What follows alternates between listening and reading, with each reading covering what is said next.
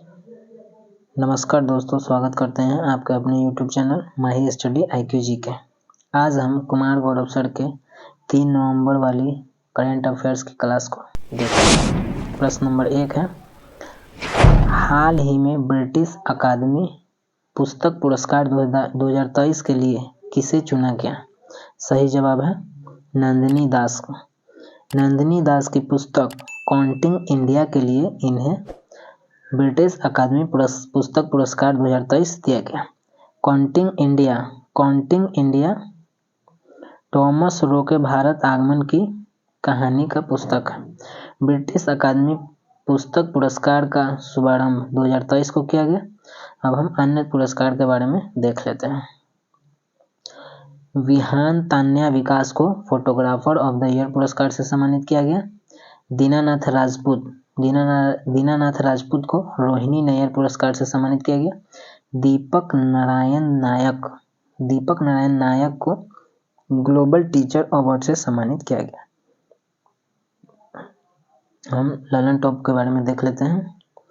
शांति का नोबेल 2023 नरगेसी मोहम्मदी को मिला, जो ईरान देश से संबंधित है। अर्थशास्त्र का नोबेल 2023 क्लाउडियस गोल्डिया को मिला, ये USA के हैं। अंतर्राष्ट्रीय एनी पुरस्कार थलापियन प्रदीप को मिला। आठवां डॉक्टर MS स्वामीनाथन पुरस्कार 2023 सत्यनारायण को दिया गया। साहित्य का नोबेल 2023 जॉन फोसे को मिला, ये नॉर्वे देश के निवासी हैं। अगला प्रश्न हम देखते हैं, हाल ही में पहले AI सेफ्टी समिट 2023 में कौन सा समझौता किया गया? सही जवाब है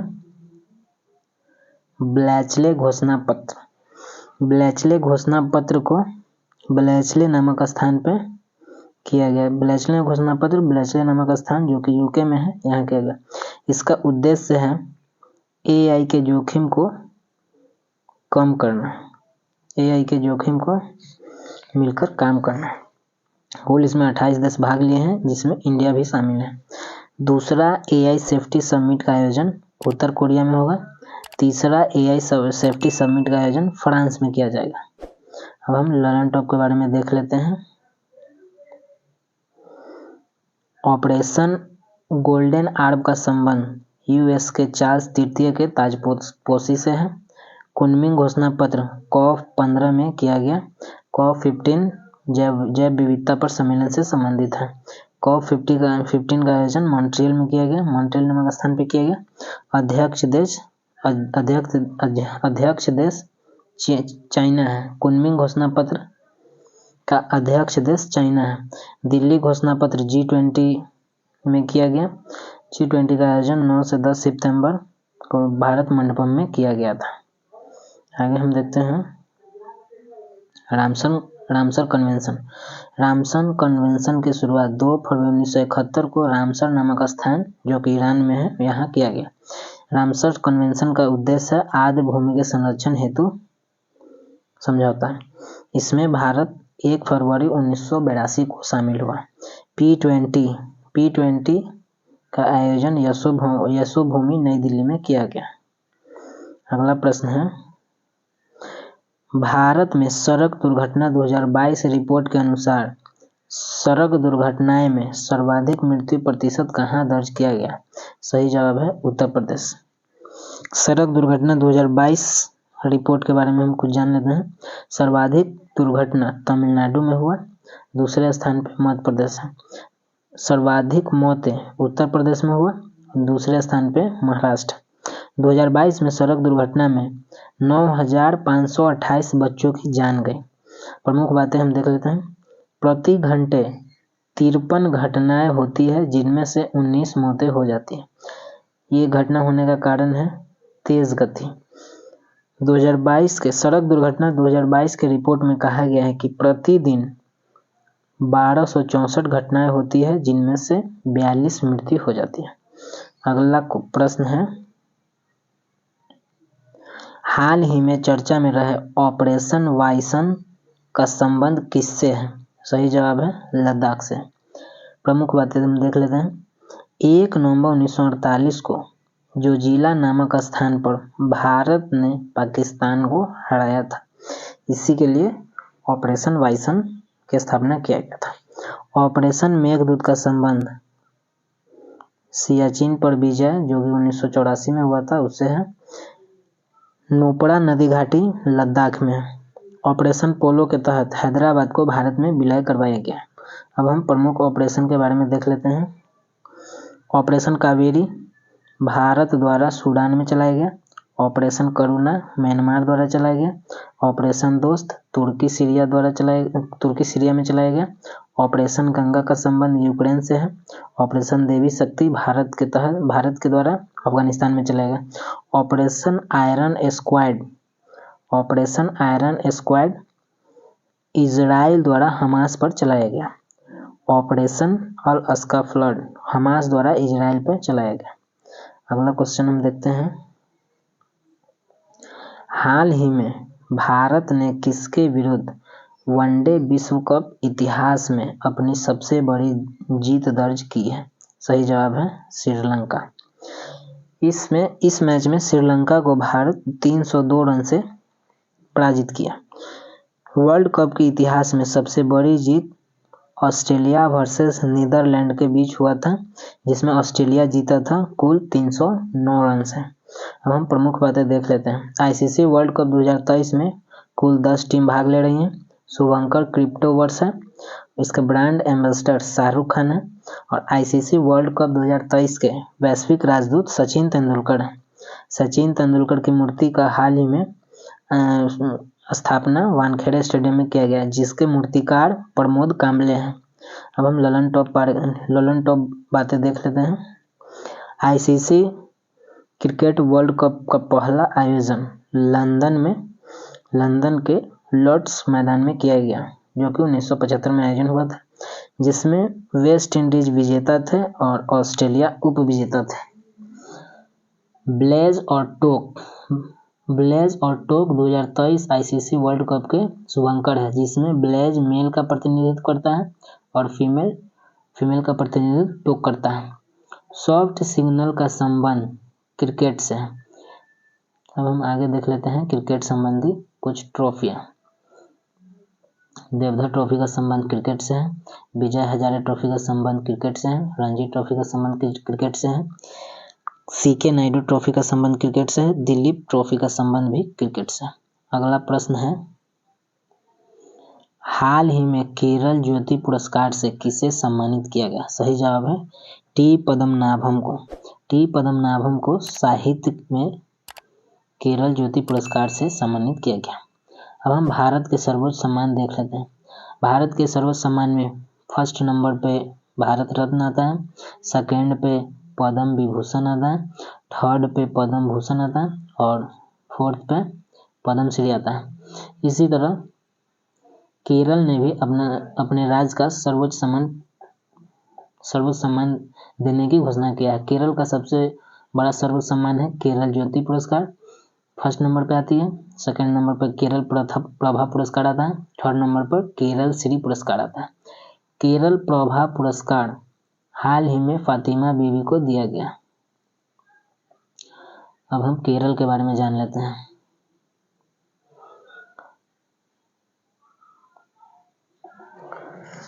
केरल ज्योति पुरस्कार 2022 केरल ज्योति पुरस्कार 2022 वासुदेवन को दिया गया था। ललन टॉप में हम देखते हैं, असम का सर्वोच्च पुरस्कार असम वैभव 22-23 डॉक्टर तपन सेठिया को दिया गया। महाराष्ट्र भूषण पुरस्कार दत्तात्रेय धर्माधिकारी को दिया गया। दूसरा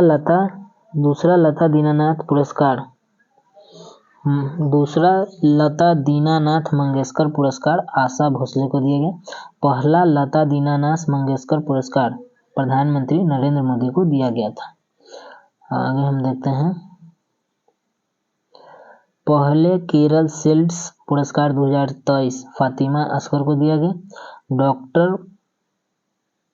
भारत रत्न डॉक्टर अंबेडकर पुरस्कार 2023 योगी आदित्यनाथ को दिया गया। पहला एस्ट्रोनॉमिकल सोसाइटी का Govind Swarup life time achievement award 2022 Jayant Vishnu को दिया गया। सर्वश्रेष्ठ राज्य का भूमि सम्मान पुरस्कार केरल राज्य को दिया गया। महाराष्ट्र सरकार का पहला उद्योग रत्न पुरस्कार लेजेंड रतन टाटा जी को दिया गया। अगला प्रश्न देखते हैं हम। हाल ही में दक्षिण कोरिया में आयोजित एशिया निशानेबाजी प्रतियोगिता में भारत को पदक तालिका में कौन सा स्थान मिला? सही जवाब है दूसरा स्थान। एशिया शूटिंग चैंपियनशिप 2023 15वां क्रम का ये गेम हो रहा है। इसका आयोजन दक्षिण कोरिया में हो रहा है। पदक तालिका में फर्स्ट स्थान पे चीन है। भारत को 21 गोल्ड, 21 सिल्वर, 13 ब्रोंज सहित कुल 55 पदक मिले हैं। हम ललन टॉप के बारे में जान लेते हैं। 22वां कॉमनवेल्थ गेम 2022 का आयोजन बर्मिंघम में किया गया। 2026 में कॉमनवेल्थ का आयोजन विक्टोरिया जो ऑस्ट्रेलिया में है यहाँ आयोजन किया जाएगा। इंडिया की रैंकिंग 2022 के कॉमनवेल्थ में चौथा स्थान था। इसमें इंडिया कुल 61 पदक जीता। 19वां एशियन गेम का आयोजन हांगझो चीन में 2023 में किया गया। भारत 19वां एशियन गेम में कुल 107 पदक जीता। भारत का इसमें चौथा स्थान था। 33वां ओलंपिक का आयोजन पेरिस में 2024 में किया जाएगा। अब हम 39वें राष्ट्रीय खेल के बारे में जान लेते हैं। 39वां राष्ट्रीय खेल का आयोजन गोवा में किया गया। शुभंकर है मोगा का अर्थ होता है प्रेम। इसका आदर्श वाक्य है गेट सेट गोवा। 22वां फीफा वर्ल्ड कप का आयोजन कतर के दोहा में किया गया। इसमें विजेता थे अर्जेंटीना और उप विजेता फ्रांस।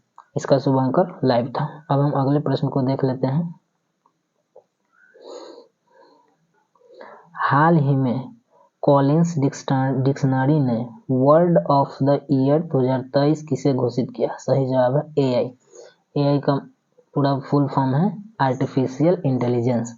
कॉलिंस डिक्शनरी 2022 में लॉकडाउन को वर्ड ऑफ द ईयर घोषित किया था। हम ललन टॉप के बारे में जान लेते हैं। चैट जीपीटी को ओपन एआई द्वारा लॉन्च किया गया। लीसा एआई आधारित पहली न्यूज एंकर है। लीसा एआई आधारित पहली क्षेत्रीय न्यूज एंकर है। बार्ड गूगल द्वारा लॉन्च किया गया। गंगा गिर नस्ल की पहली मादा बछड़ा का क्लोन है। निराक्षी पानी के अंदर बारूदी सुरंग का पता लगाने के लिए निराक्षी को लॉन्च किया गया। जल दोस्त एक एयरबोट है जो झीलों से खरपतवार को निकालने के लिए बेंगलुरु में स्थापित किया गया। अगला प्रश्न है। हाल ही में आजादी का अमृत महोत्सव पुरस्कार किसे मिला? सही जवाब है जम्मू कश्मीर को। आजादी का अमृत महोत्सव का शुरुआत 12 मार्च 2021 को किया गया और अंत 31 अक्टूबर 2023 को किया गया। मेरा माटी मेरा देश अभियान की शुरुआत 31 अक्टूबर 2023 को किया गया। इसका स्लोगन है मिट्टी को नमन वीरों को वंदन। अब हम जम्मू कश्मीर के बारे में देख लेते हैं। जम्मू कश्मीर का गठन 31 अक्टूबर 2019 को हुआ। जम्मू कश्मीर की राजधानी श्रीनगर है। इसके राज्यपाल मनोज सिन्हा है। दांची ग्राम राष्ट्रीय उद्यान जम्मू कश्मीर में है। जम्मू कश्मीर का राष्ट्रीय पशु हिंगुल है। डल झील और बुलर झील जम्मू कश्मीर में है। ट्यूलिप फेस्टिवल का आयोजन जम्मू कश्मीर में किया जाता है।